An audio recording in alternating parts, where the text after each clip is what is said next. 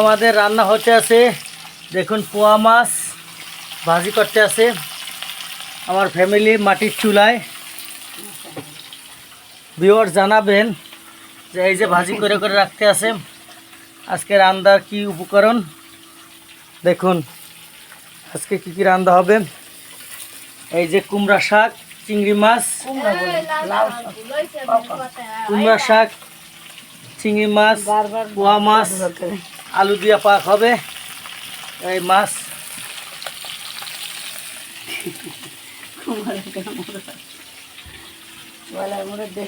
যদি আপনারা খেতে চান তা আমাদের গ্রামে চলে আসবেন।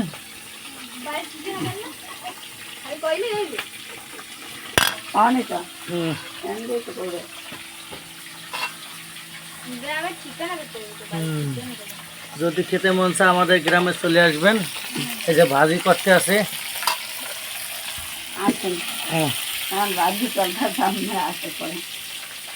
হ্যাঁ মাটির চুলায় রান্না অনেক স্বাদ, অনেক মজা।